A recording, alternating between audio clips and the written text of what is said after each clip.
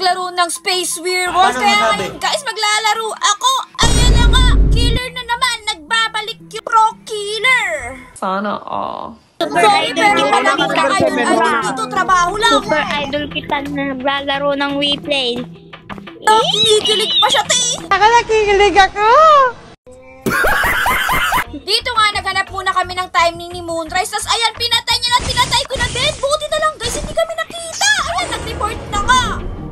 Ang bilis na pangyayari. Hindi ko nakita kung sino yung pumatay. Mulis lang kami, di namin, magkasama. Ano pinagsasabi mo, te? Sino ba yan? Kita mo to, hampas ko to sa pagmumukha mo no? Hala, ba't pinatay si number 5? Si Winnie Maloy. Nakita ko si number 6 yung pumatay sa kanya. Sorry. Kaya naman dito guys, vinote ko na si number 6. Siyempre, te, civilian yan. Pumasok na kami ni Moonrise dito sa security room para i-double kill to! Hey, werewolves win! Sino ka dyan, te?